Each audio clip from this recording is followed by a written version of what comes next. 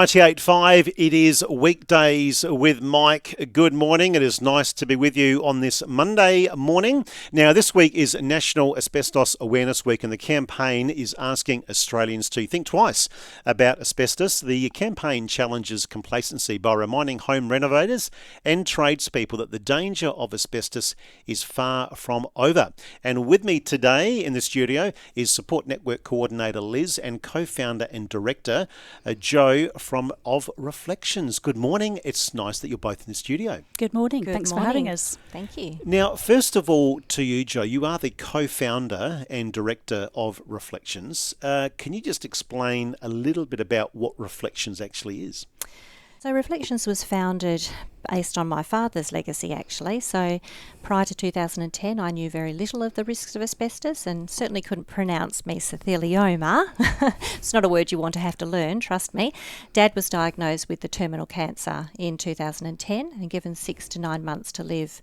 By nothing short of a miracle, he actually survived 7 years so without treatment. So being so unusual in that story, he was challenged to write his memoir, Reflections Through Reality, which became a catalyst for setting up a foundation by the same name. So he was, what did your dad do for all those years? He was a builder. So he started his apprenticeship in Busselton when he was 14. Of the 3 apprentices, he was actually the last to pass away from mesothelioma. Back then they used it copiously. He recalls, going down to the beach at the end of his workday to wash off all the dust because they'd been sweeping the floors and were covered in everything. So he wasn't necessarily surprised when he was diagnosed, but where Reflections is focused is on the future.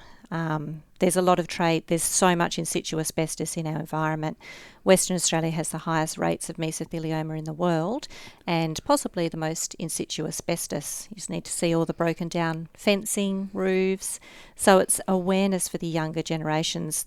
The younger generation wouldn't have any reason to know about asbestos. It's not profiled that well. Did you say he was diagnosed in 2010? Yes. So, I don't know a lot about this, so it's good that you're here today and we're talking about it for National Asbestos Awareness Week.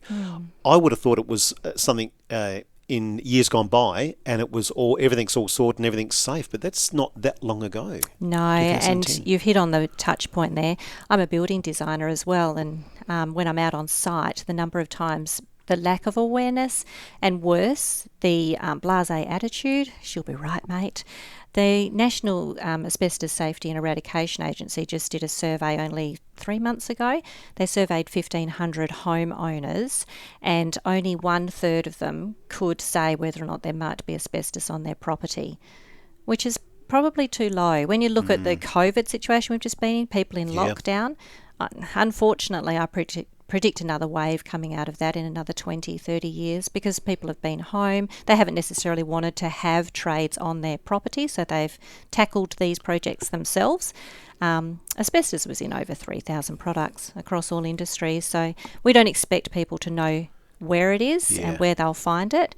But as a general rule, if your property was renovated or built prior to 1990, 1990. Because it was only banned in 2003 in Australia. Right. And we were one of the highest users in the world prior to that. So if your property had any work done around that time or prior, it is very likely it does contain asbestos. So if you're unsure, you need to find out because it's just not worth the risk. Is it? What are the risks? Thinking about if you've got an older home, does it? If it's there, if it's covered up, I guess, or not sort of. Where are the risks involved there? I think it's being aware of where it could be and making sure not to break into it, to drill it, to sand it. Gotcha. Not to water blast and clean your roofs, because what that does, there's a lot of fibro roofing around. What that does, right. the cement that bonds the material has broken down over time through weathering. Yep. You're basically just distributing asbestos fibres, microscopic fibres, throughout the neighbourhood while you're doing that. So that's probably one of the worst things that you can do. But if you're aware of it, just keep it contained. We're not out to have a scare campaign. I often liken asbestos to our dangerous creatures. We're known in Australia for our snakes and redback spiders and things. If I see a spider with a red mark on its back, I know not to touch it. Sure. If you see a product that you know could contain asbestos, you just don't touch it. Interesting for the home, even the home reno, that you might get the drill out. I mean, that, obviously with that comes a lot of dust when you're drilling anyway at the best of times. So that I would have thought that would have been a fairly common one that people would do is Very drill. common. And over the years, we've been running a support group, and Liz will talk more into this, but the number of people that we've had, our clients that have had non-occupational, seemingly very low exposure, some of them younger than you realise, a lot of women. So you do not need long-term exposure, and it's an ongoing concern. Liz, thanks for coming in today. Can you just share a little bit about your experience with this? And now I believe you've been a nurse for many years. Yeah, so I've been nursing for over 25 years, and my experience is when my husband Colin, who was a doctor, was diagnosed with mesothelioma at 42. Literally, I didn't know what that meant. When we were told that, I literally had to write down mesothelioma phonetically on a piece of paper before I made the phone call to his parents and to his siblings to tell them that Colin had been diagnosed out of the blue with a life-ending cancer. So hang on, he was a doctor. Yeah. So how would have he been exposed to this? Well, it's one thing that we can't really ever be sure of. However, it's very unlikely that in his situation that he had an occupational exposure. There was certainly no evidence of a DIY exposure. All we really know is that at some point, somewhere, someone decided to cut a corner, do the wrong thing, save a bit of money. She'll be right, mate. But she's not. So diagnosed at 42, and what age did he finally pass? So he was diagnosed at 42 and he died at 45, which was June last year. So he leaves behind, obviously, me, and we've got two kids that were 7 and 11 when he was diagnosed. So he's escaping some of the teenage years, but I'm pretty sure he'd prefer to be here. Absolutely. It's way too young, 45. Now, Liz, you're the support network coordinator at Reflections. What does that look like? What does that involve? How do you spend your time?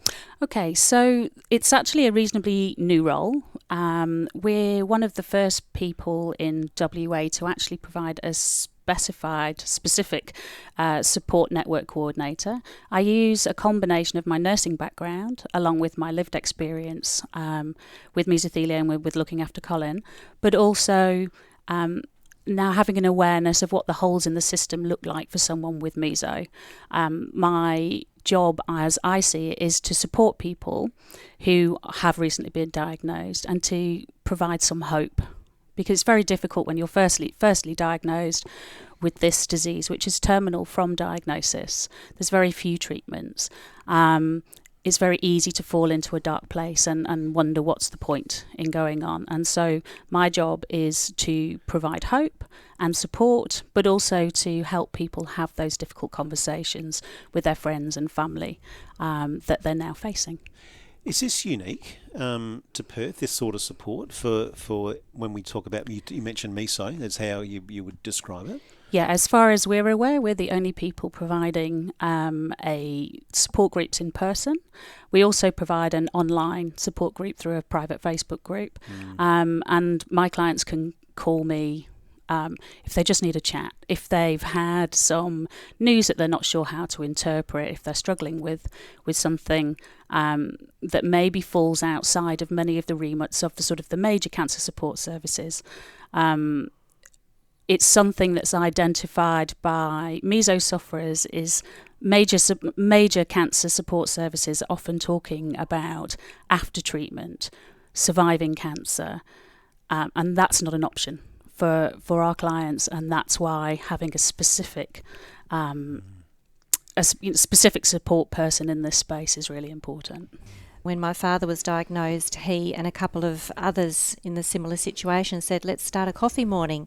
So before we even had a foundation, it started with monthly morning teas, and now it's turned into what it has today. Wow. We are nearly out of time, but we were just chatting off air while the song was playing. Can you give us a bit of an update on what things look like when there's been where we've had cyclones up in Kalbarri and also bushfires? What's the message there? off the back of those? I think the message is that people need to have more awareness in advance of those type of crises. We know that with the Wooroloo bushfires, there was a lot of asbestos exposure, and when it's burnt, it explodes. These microscopic fibres we're talking about, so they're scattered all over the properties. Same with Cyclone Seroja that was up in Kalbarri. When people are going through such a terrible disaster, I just don't feel that's the time to add, oh, and by the way, the whole town is now exposed to asbestos. We need to have that more awareness in advance of these situations so that education is key. And what do they say? Forewarned is forearmed. I do believe there could be more awareness in the community. Yeah, it's good. Now, just to finish off today, there's some, obviously it's National Asbestos Week this week. What is happening this week in the Perth CBD? Well, if you're out and about tonight, you'll see the Perth landmarks will all be lit up blue, shades of blue, which represents asbestos, in memory of those that are lost. I mean, we're talking about a serious subject, but we want to remind people about their risks as well. So if you're out and about, take a snap with your friends. So post it on your socials and hashtag asbestos awareness, hashtag reflections. Let's spread the message. So good. So that starts tomorrow. Tonight. It actually starts tonight. Head down to Madagarup Bridge tonight, Council rightio. House, Right. Yagan Square, all How over good the is that? place. So Jump on our socials and you'll see what's going to be lit up. it's good that the Perth City Council, I'm imagining, are getting right behind that, which is so good. Now, just to finish off today, why is it important for to have dedicated support? And obviously, there's lots of support and information, which we'll put some links up on our website. But just to finish off, why is it so important? It's the difference between getting hope, seeing through the darkness, and struggling alone. If you are affected by mesothelioma, and that's whether you have a current diagnosis, you're currently on treatment or not treatment, or if you've been bereaved, you don't have to do it by yourself. Get in touch. Yeah, and I'm sure if you're listening today, I'm sure there'll be someone that would know someone, and so it's been great having both of you come in today. We'll put some links up on our website. So if you'd like to know more about Reflections, you want to get in touch, or you just want some more information, we'll put a link up on our website. So head online to 98five.com. We'll also put a link up to about all the great things happening in the CBD starting tonight. Really appreciate you both coming in today. It's been certainly been an education for me, and I'm certainly it's been an education for our listeners as well. And so we often think of it as such a thing that's happened all those years ago, but it's still current. It is.